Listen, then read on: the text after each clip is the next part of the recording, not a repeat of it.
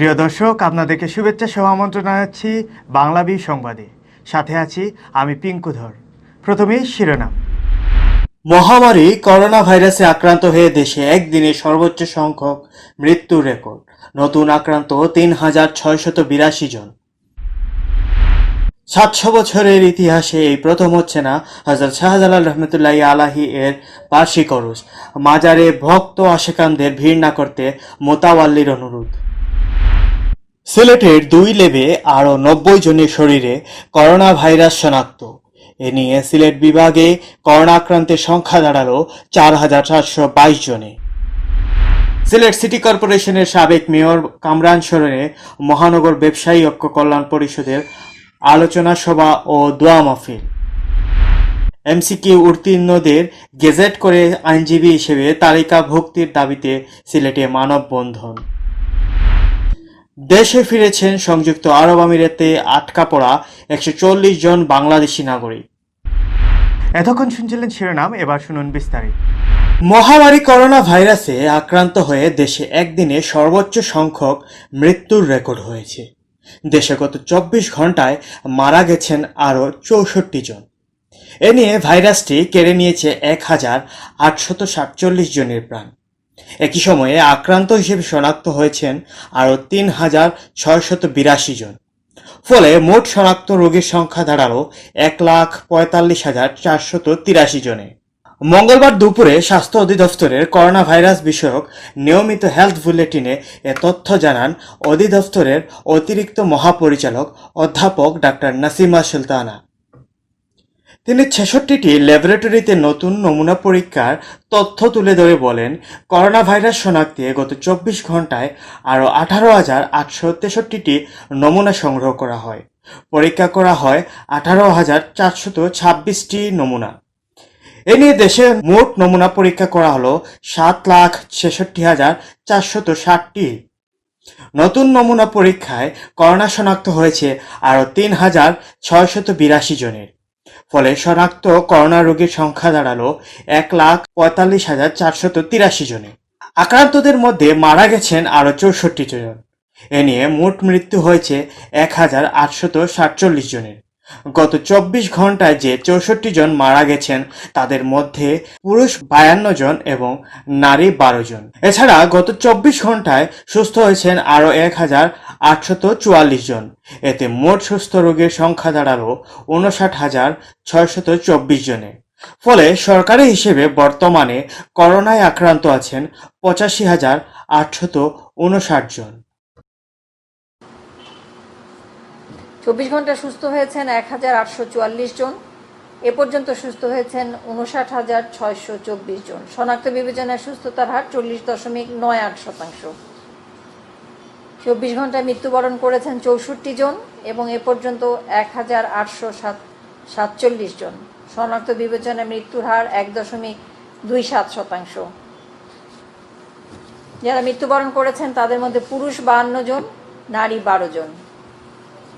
বয়স বিভাজনে ৩১ থেকে ৪০ ৭ জন, ৪১ থেকে ৫০ ৬ জন, ৫১ থেকে ৬০ ২১ জন, ৬১ থেকে ৭০ ১৬ জন, ৭১ থেকে ৮০ ১১ জন এবং ৮১ থেকে ৯০ বছরের মধ্যে ৩ জন। মহামারী করোনা ভাইরাসের কারণে এবার হযরত শাহজালাল রহমতুল্লাহি আলাইহি এর ৭০১তম বার্ষিক ওরস হচ্ছে না। মঙ্গলবার বিকেলে শাহজালাল রহমতুল্লাহি আলাইহির দরগা অফিসে এক বৈঠক শেষে লিখিত বক্তব্য পাঠ করে এমন ঘোষণা দেন দরগাহের মোতাওয়াল্লি ফতেউল্লাহ আল আমান। ৭০০ বছরের ইতিহাসে এই প্রথম মহামারীর কারণে ওরস মুবারক আনুষ্ঠানিকভাবে উদযাপন করা হচ্ছে না বলে জানান তিনি। লিখিত বক্তব্যে ফতেউল্লাহ আল আমান বলেন, করোনা ভাইরাস এর সামাজিক সংক্রমণ বৃদ্ধির কারণে বিশ্ব স্বাস্থ্য সংস্থার পরামর্শ অনুযায়ী সামাজিক দূরত্ব বজায়ের উপর গুরুত্ব আরোপ করা হয়েছে। দেশে প্রতিদিন সংক্রমণের হার বৃদ্ধি পাচ্ছে। ফলে এবছর ১১ ও ১২ জুলাই ২ দিন ব্যাপী হযরত শাহজালাল রহমতুল্লাহি আলাইহি এর ৭০১তম ওরস অন্যান্য বছরের মতো উদযাপিত হবে না। তাই ওরসের নির্ধারিত দিন মাজারে ভক্ত ও আশিকানদের ভিড় না করার অনুরোধ জানান মোতাওয়াল্লি। এ সময় উপস্থিত ছিলেন হযরত শাহজালাল রহমতুল্লাহি আলাইহি ও 360 আউলিয়া ভক্ত পরিষদের সাধারণ সম্পাদক শেখ মোহাম্মদ মকন মিয়া, সহসভাপতি শেখ জালাল ফরিদউদ্দিন, সাংগঠনিক সম্পাদক সিরাজউদ্দিন শিরুল ও মাজারের খাদেম তৌফিক আহমদ চৌধুরী লাবলু। সিলেটের দুটি ল্যাবে সোমবার নমুনা পরীক্ষায় আরও 90 জনের শরীরে করোনা ভাইরাস শনাক্ত হয়েছে। ওসমানী মেডিকেল কলেজ ও শাহজালাল বিজ্ঞান ও প্রযুক্তি বিশ্ববিদ্যালয়ের ল্যাবে এই নমুনা পরীক্ষা করা হয়। ওসমানী মেডিকেল কলেজের ল্যাবে সোমবার 282টি নমুনা পরীক্ষা করা হয়। এর মধ্যে করোনা ভাইরাস আক্রান্ত হিসেবে শনাক্ত হন 45 জন। ওসমানীর ল্যাবে আক্রান্তের মধ্যে 43 জন সিলেটের এবং হবিগঞ্জ ও মৌলভীবাজারের একজন করে রয়েছেন। এদিকে শাহজালাল বিজ্ঞান ও প্রযুক্তি বিশ্ববিদ্যালয়ের ল্যাবে পরীক্ষা করা হয় 188টি নমুনা। ওই ল্যাবেও করোনা পজিটিভ শনাক্ত হন 45 জন। আক্রান্ত সবাই সুনামগঞ্জ জেলার। এ নিয়ে সিলেট বিভাগে করোনা আক্রান্তের সংখ্যা দাঁড়িয়েছে 4,422 জন।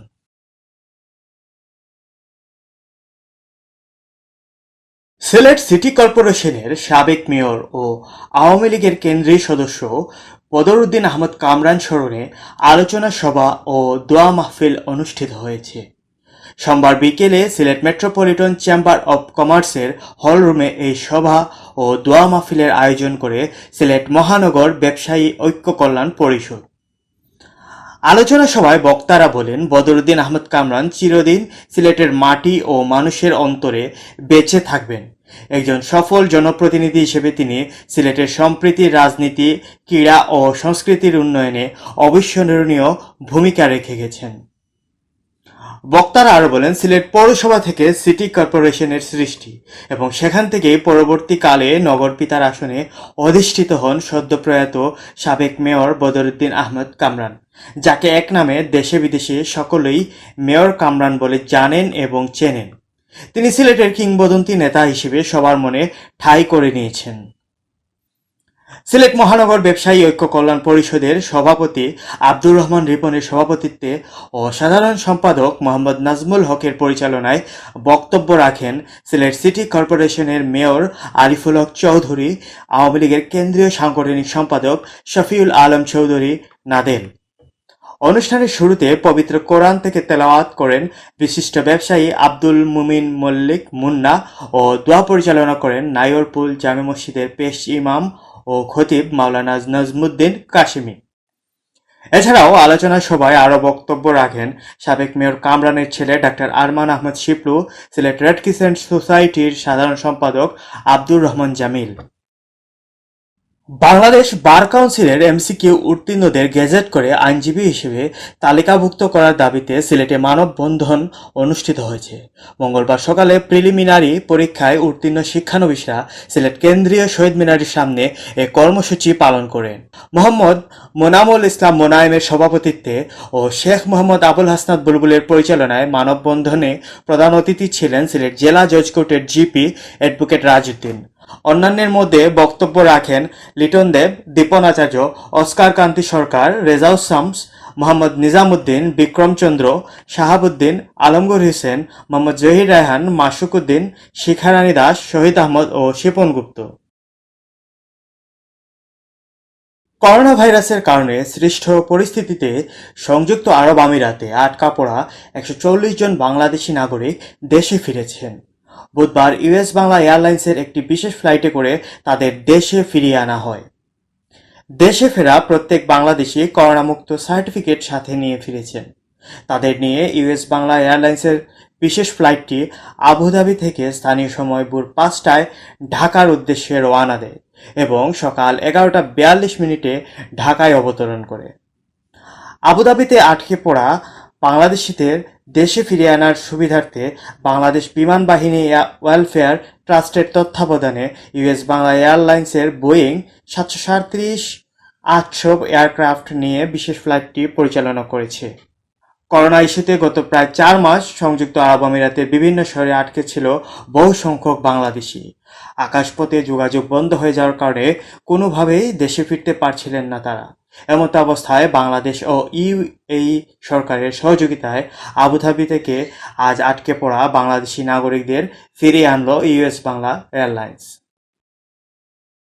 এতক্ষণ শুনছিলেন বাংলাদেশ সংবাদ। এরপর প্রচারিত হবে সিলেটের আঞ্চলিক ভাষার সংবাদ। দেখার আমন্ত্রণ রইল, সাথে থাকার জন্য ধন্যবাদ।